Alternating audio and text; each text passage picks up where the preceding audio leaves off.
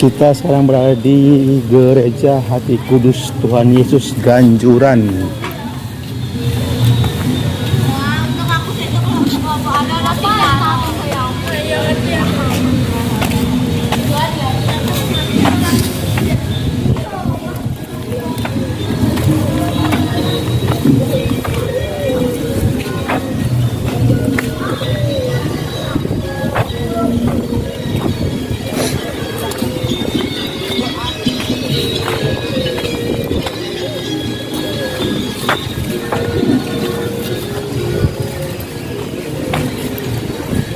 Oh, ada itu kali ya, misa ya? Kursinya banyak banget. Oh, bilang dia tanya. Nggak menyembah yang udah mati.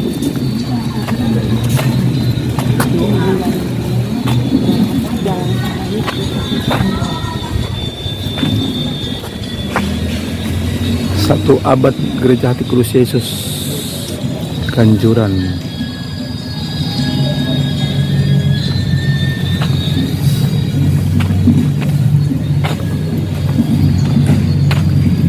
Tampaknya sudah lagi mau akan ada misa.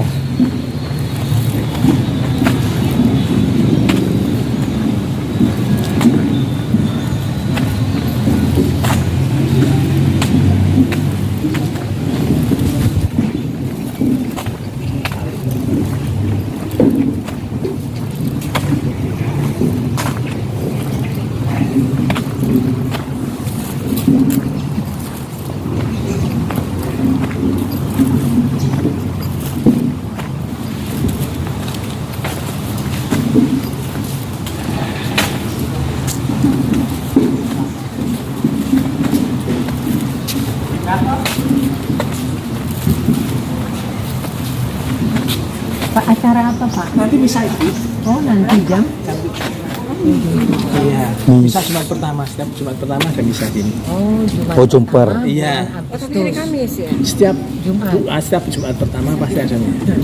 Tapi setengah 7 dah mulai kok nanti ada mau copat. Jumat pertama. Ini Iya, Kamis. kan nanti minggu pertama lah di bulan aja setiap Jumat. Minggu pertama. Kan Iya. tanggal 1 kan ya? Iya. Iya. Tinggal persiapan. Persiapan buat Oh, untuk itu gerejanya. Iya, gerejanya Gereja. dulu. Gereja situ. Warna kursi beda-beda. Penghadirnya. Yang datang dari Enggak. Perda ya? Dari itu air Perwitrosari. Boleh di sini Minum boleh. diminum boleh. Dari berbagai umat di sini ya kepercayaan. Jadi pasang lilin berdoa. Ya, Sama kayak di depan ini. boleh. Tergantung yang kebanyakan. Oh, tak foto situ. Di bel Kursi Sugi Dari SJ. PS. Oh, PS. OPR. PS sama kayak sama di PS. Iya, sama kami SJ itu hanya sampai tahun 82. Oh, Setelah itu PS. 82 itu diambil alih oleh PS. Oh gitu ya. Rumahku di deket sama di Pak. Oh, Pusat pastoral sama ya di. mangga. Nek mau lihat-lihat gereja.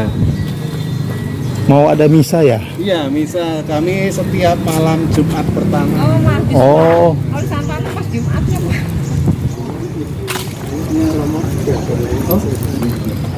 Pak Budi.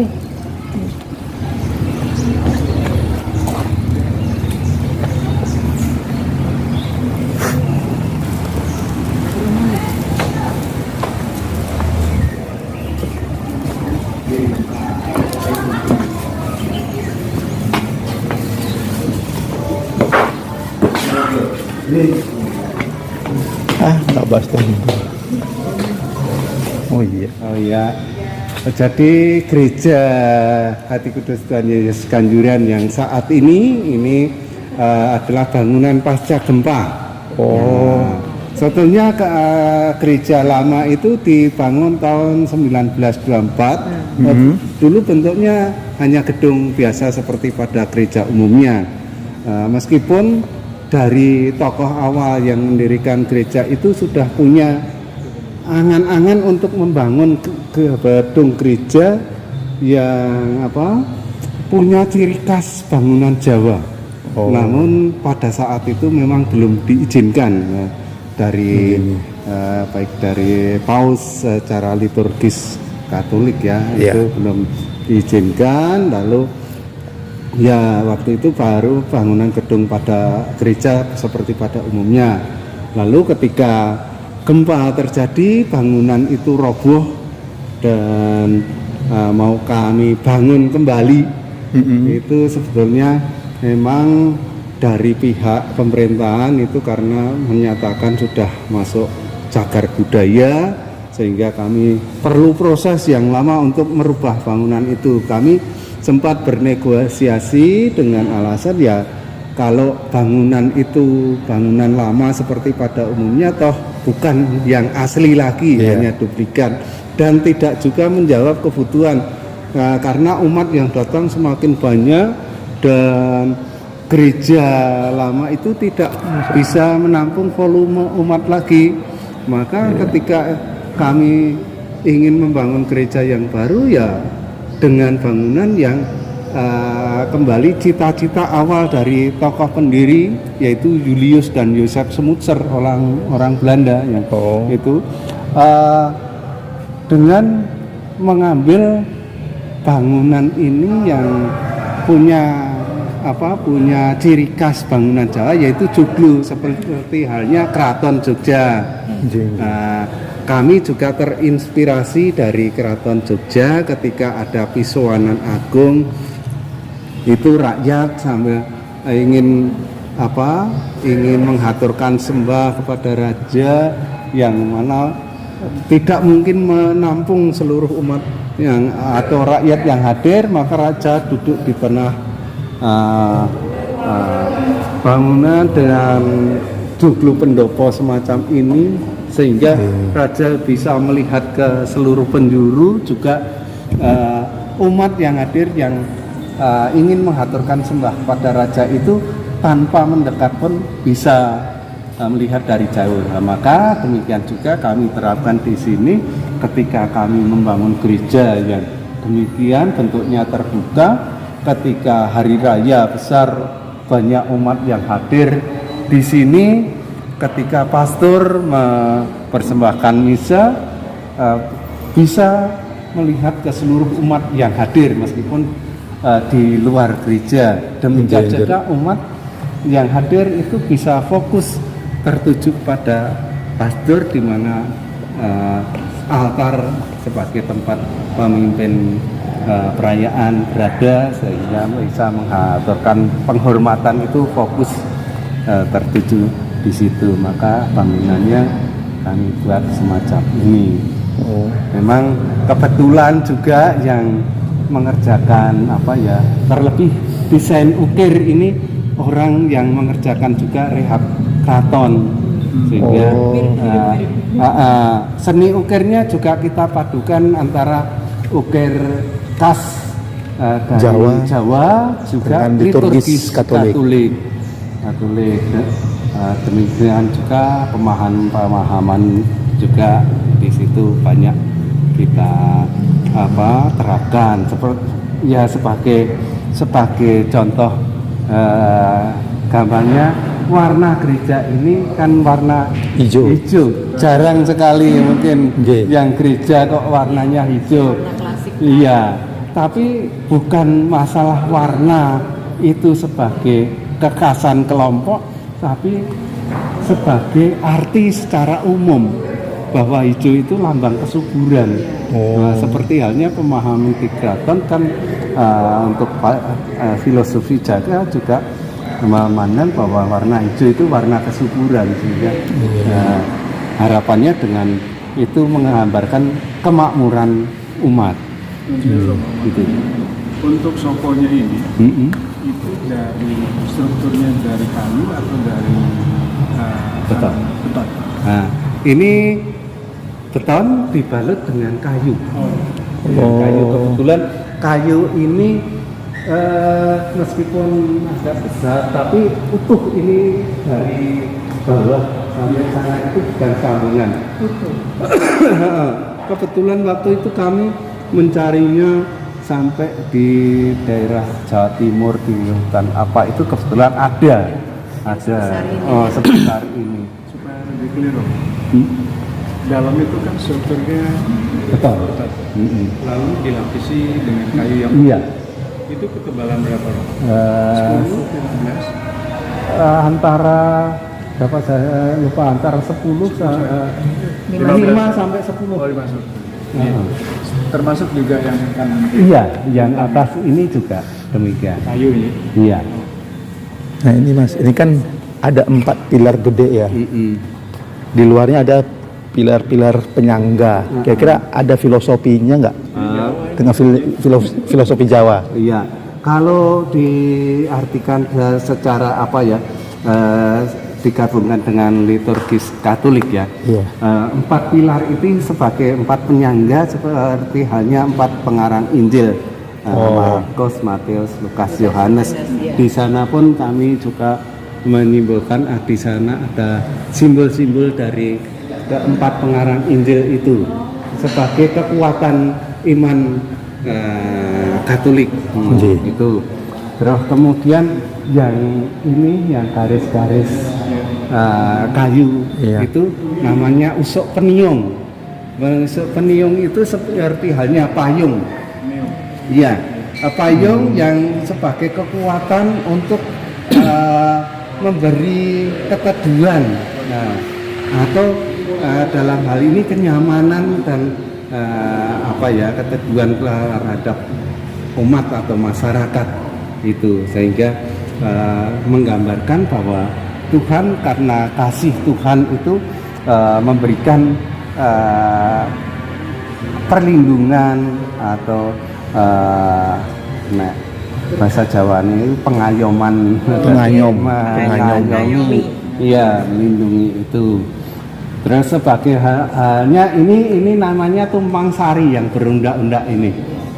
Yang berundak-undak ini ya. Iya, tumpang sari.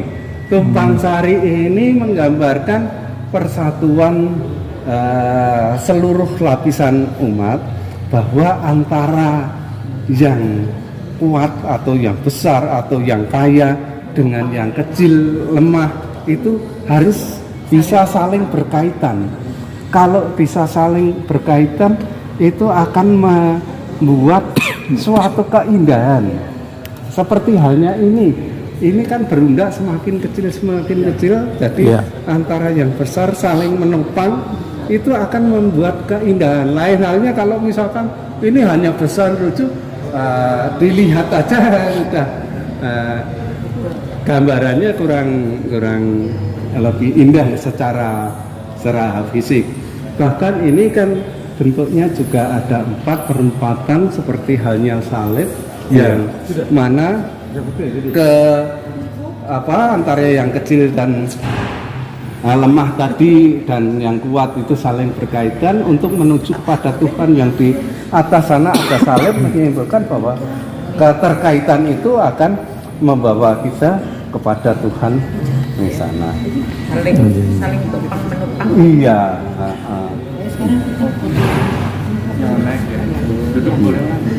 Nah ini kalau yang patung-patung ini yang inkulturasinya ke budaya Jawa.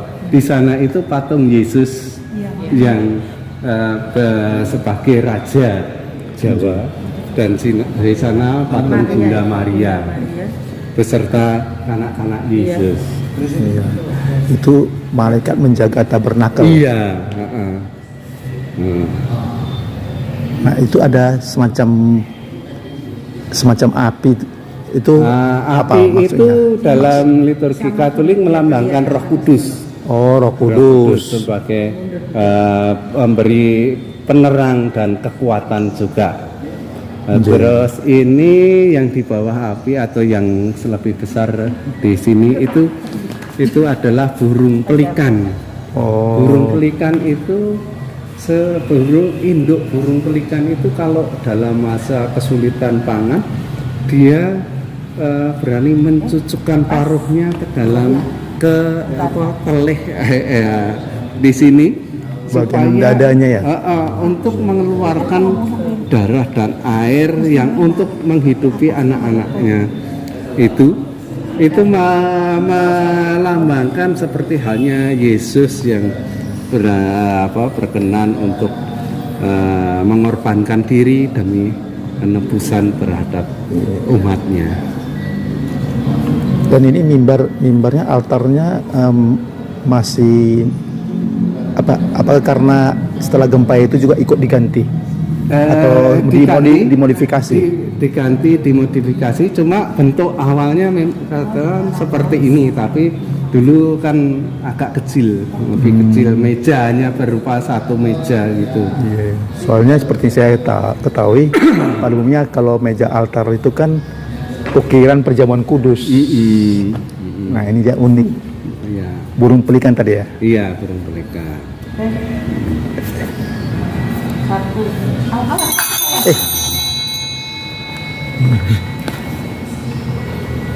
Taruh di tengah, lagi. Ya malu. Bisa ke sana, Mas. Oh iya.